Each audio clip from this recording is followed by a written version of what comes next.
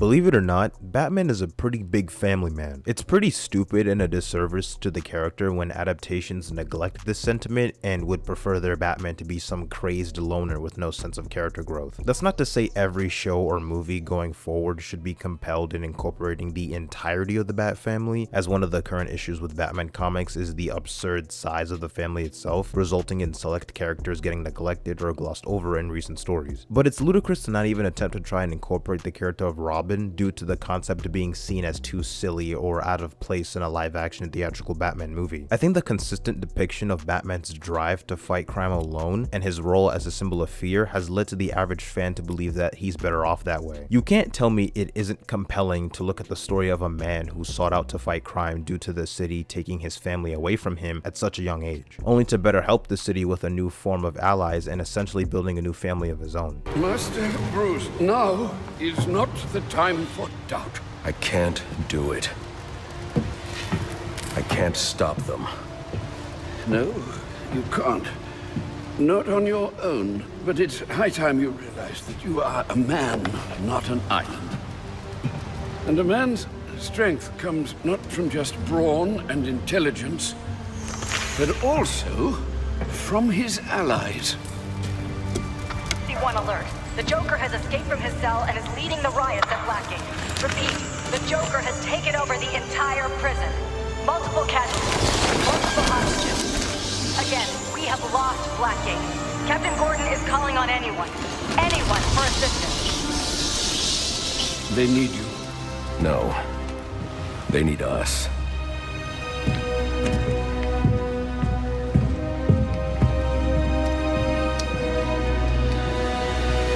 At the time of recording, it's been almost 28 years since Robin or Dick Grayson has made an appearance in a live-action theatrical movie. Almost 3 decades have gone by and not a single director or writer has ever included the dynamic of Batman and Robin in a big blockbuster release.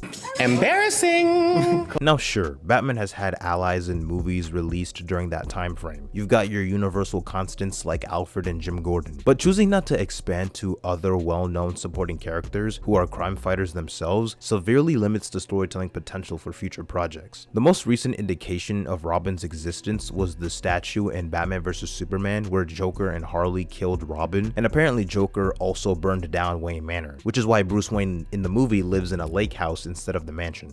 He knows exactly what it's like to lose someone he loves. Like a father. Like an adopted son. I'm happy to discuss with you in any way, like why you sent a boy wonder To do a man's job.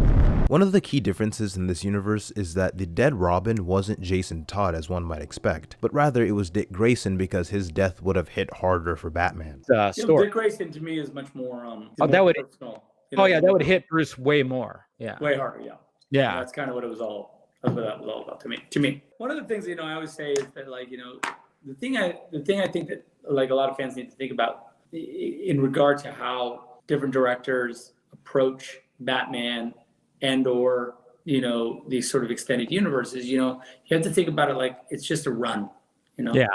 It's just a run. Like a comic book, like a graphic novel. Comic book run. Yeah. Like if I had done a run of the same story, of Man of Steel, BVS, and Justice League, Yeah. it would be way less controversial. You know what I mean? Than because you'd just be like, oh, this comic book writer wanted to take this take, and when the run ends, someone else will pick it up and do something else. Exactly.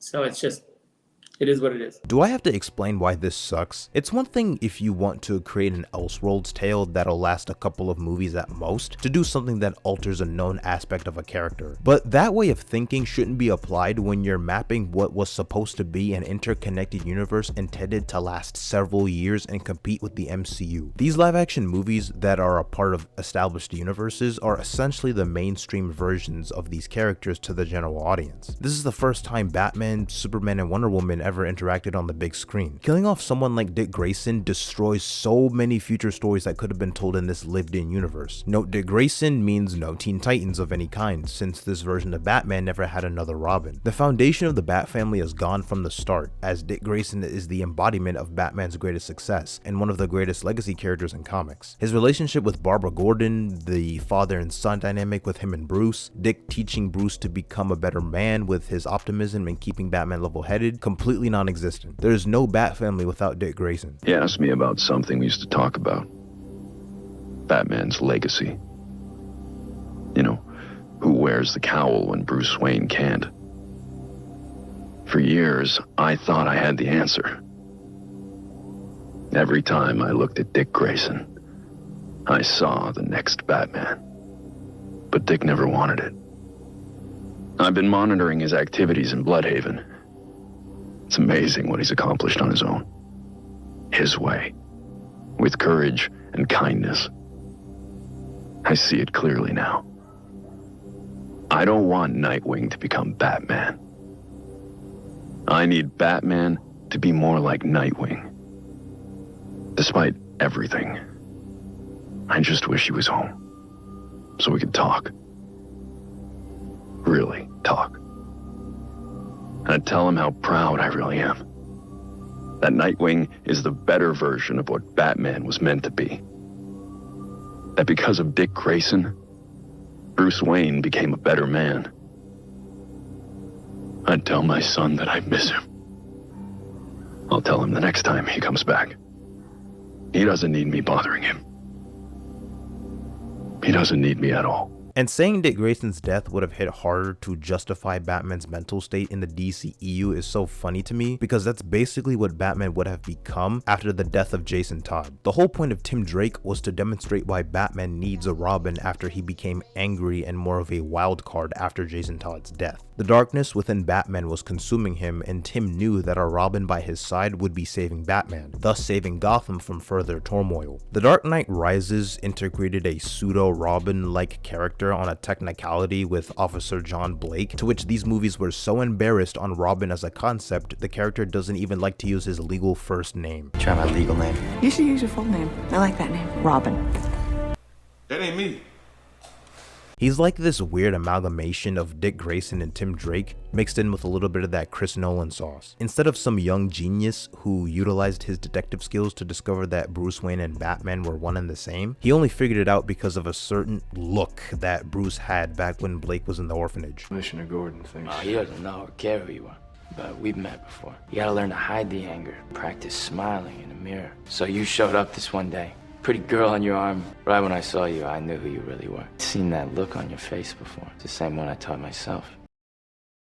The character of Robin has been integral to the Batman mythos since the early days of Batman's publication history. The first appearance of Robin only happened a year after Batman's first appearance in 1939. The first ever sidekick in comics, with Batman and Robin being one of the most iconic duos in all of fiction. Looking people dead in the eyes with a straight face saying you don't want to use Robin in your universe in a major way is insanity. Some people might argue that the addition of the Bat family just hinders Batman as a character, and having multiple sidekicks is too goofy of a concept, or that the family makes Batman less interesting. Congratulations, you have the same mentality as the Joker. The death of the family in the New 52, not to be confused with the death in the family, which features the death of Jason Todd, centers around the Joker believing that the Bat family members ruined Batman and started to hunt them down one by one. It was a grand gesture to remind Batman of the love that him and Joker share, and how his family doesn't make him stronger, rather makes him weaker. Giving emphasis on the crime fighters, a part of Batman's circle, best conveys the impact Bruce has had as Batman, and how people on a global scale have been inspired to take on crime head-on due to his actions. Batman Incorporated is a group of vigilantes across the globe who were inspired by Batman, which Grant Morrison manifested in the third act of sorts of his Batman run. And to say Batman having crime-fighting allies, or the idea of adaptations leaning more on the fantastical side with his villains or the Bat family would be too goofy, is in of itself a goofy opinion to have, and a clear demonstration on how little someone understands Batman. Batman was best suited in the role of gritty urban crime detective. Just have him up against Santa's? It's not my Batman. This is a lighter incarnation, no less valid and true to the character's roots as the tortured Avenger crying out for mommy and daddy. Over the years, I've seen some common misconceptions of specific Bat family characters or false assumptions on what some of the relationships are amongst the family itself. Among the so-called fans of these characters, I've seen a significant amount of fanon that completely differs from how these characters are depicted and what they represent. For those unaware, fanon is essentially the headcanon that's accepted by a certain demographic of fans. It comes from people being introduced to them through comic panels taken out of context, or taking other people's opinions and interpretations of these heroes at face value rather than reading the source material for themselves. And it's annoying when certain comics or adaptations try to unironically cater to either those people or the fabricated headcanons that aren't representative of how these characters are actually depicted. According to these bozos, Jason Todd is very sexually active, toppled with Bruce being abusive towards him and to others in the Bat family? All y'all going to hell. What? You right there. Hell. You. Hell. You. Hell. Yeah, I said it. Who are you to tell me where I'm going? Who am I? No, my son, who are you? You are a sinner. Show me canonical evidence of this so-called abuse at any point when Jason Todd was Robin and didn't come back as a murdering psychopath. Nah, I'll wait. Sure, let's just completely ignore the fact that Bruce sought out to help these kids after they experienced tragedies by either losing both of their parents or having to commit street crimes just to survive. Batman doesn't bring in these kids for selfish desires. Bringing Dick Grayson under his wing was in an effort to make sure he didn't go down a vengeful path in hunting down the man who murdered his parents. The whole point was to make him someone who strives to conquer his trauma and inspire others to do good, while also becoming more of a beacon of hope in the field. If only I could have stopped him. I saw him coming out of the tent. You keep thinking, if only I'd done something differently. There isn't anything either of us could have done. Does the hurt ever go away? I wish I could say yes, but it will get better in time. That I promise. Oh, Tim Drake is the boring nerd Robin. He's addicted to coffee. He's not that good of a fighter. I may or may not have spilled some coffee while taking it out of the box. Tim! It's fine. I found an even better one online. Fine, but lay off the coffee. You're jittery enough as it is. Is the room vibrating right now? How much coffee have you had today, Tim? 12. 12? Hey, caffeine is Robin's superpower.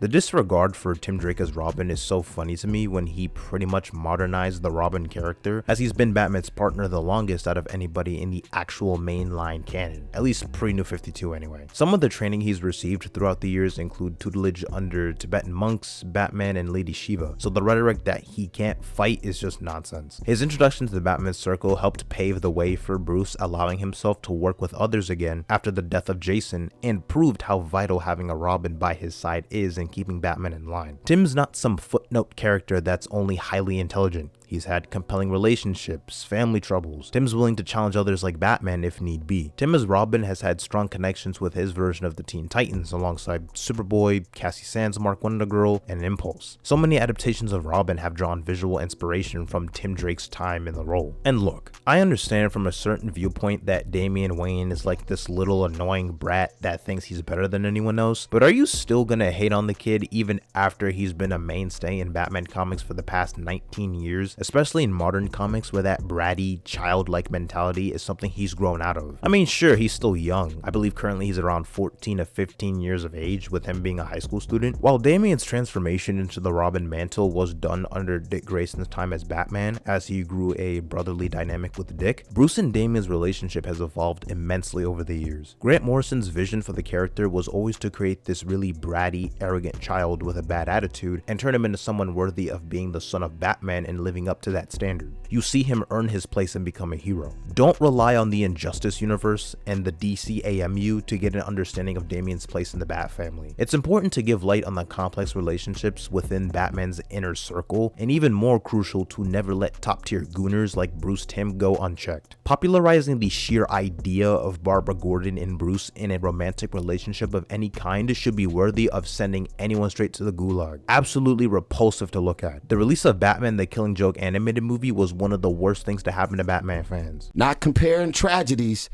this was our September 11th. I think incorporating the Bat family in live action is the move for any future adaptation, as that allows the casual moviegoer to see Batman in a whole new light. If done right, there's a good chance that they'll get attached to a whole new cast of characters they might be interested in following up on. You want to see more of Dick Grayson's impact on the DC universe as Nightwing or learn more about his relationships? You can go check out some Teen Titans stories. It's funny how prominent Batman has become in mainstream media, to the extent of diehard DC fans complaining about too much Batman exposure, yet almost none of the most prominent adaptations feature the most basic Bat family characters like Robin. In current times, there's honestly no excuse for that, and going with the defense that Batman or any other ally is too silly to adapt in a movie is just BS. James Gunn, you know what to do.